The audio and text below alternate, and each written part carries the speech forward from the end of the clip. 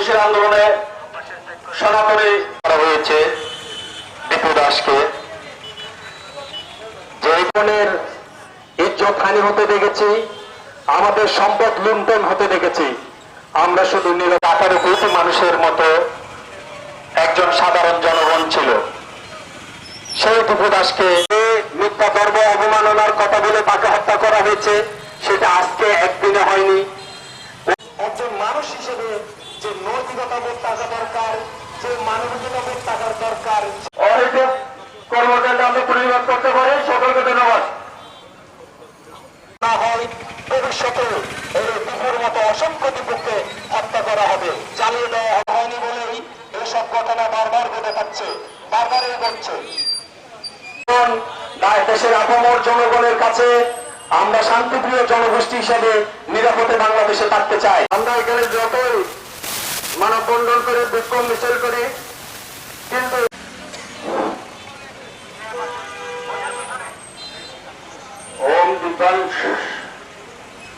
এদেশে একটি সুষ্ঠু শান্তিপূর্ণ উৎসব প্রকট নির্বাচনের আয়োজন করা হয়েছে।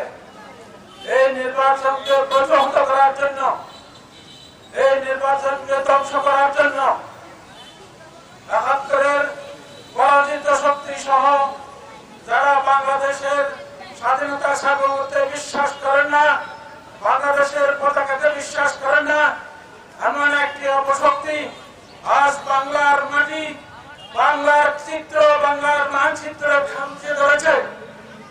আমরা ৭১-এর শহীদ জনতা এবং ২৪ সালের জুলাই অভ্যুত্থানের শহীদদের প্রতি শ্রদ্ধা রেখে আমরা প্রতিশ্রুতি দিতে চাই এবং সংকল্প করতে চাই, আমরা শেষ নিঃশ্বাস ত্যাগ দেওয়া পর্যন্ত বাংলাদেশের সংখ্যালঘু সম্প্রদায়, এই মাটি, এই দেশ, এই সার্বভৌমত্ব এবং স্বাধীনতার জন্য আমরা জীবন দিয়ে যাব।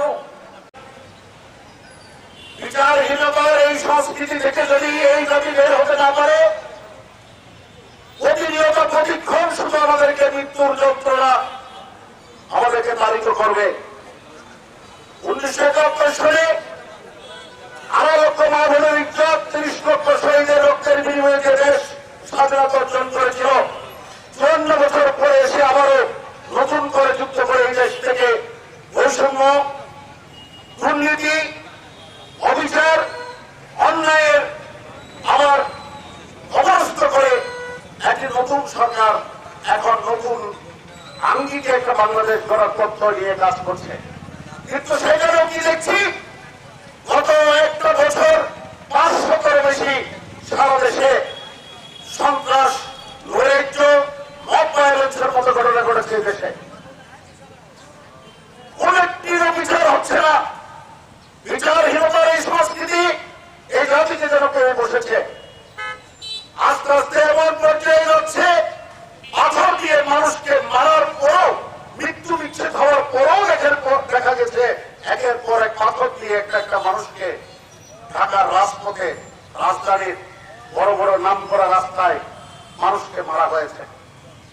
লাঠি পেটা করতে করতে মানুষ মারা হয়েছে, মৃত্যু দিচ্ছে কেন, তারপরে মারা হয়েছে ৮ ঘন্টা পর্যন্ত। কোন অত্যাচার অনাচার হয় তার কোনো বিচার হয়নি। যেই রামুর হত্যাকাণ্ড, কুমিল্লার হত্যাকাণ্ড, এই ধরনের হত্যাকাণ্ড বলতে বলতে আমার মনে হয় সময় শেষ হয়ে যাবে। আমার অনুরোধ থাকবে বর্তমান সরকারের কাছে, যত হত্যাকাণ্ড হয়েছে তার যেন সুষ্ঠু বিচার করা হয়। এই যে দ্বীপের সময়ে যখন আমাদের দেশে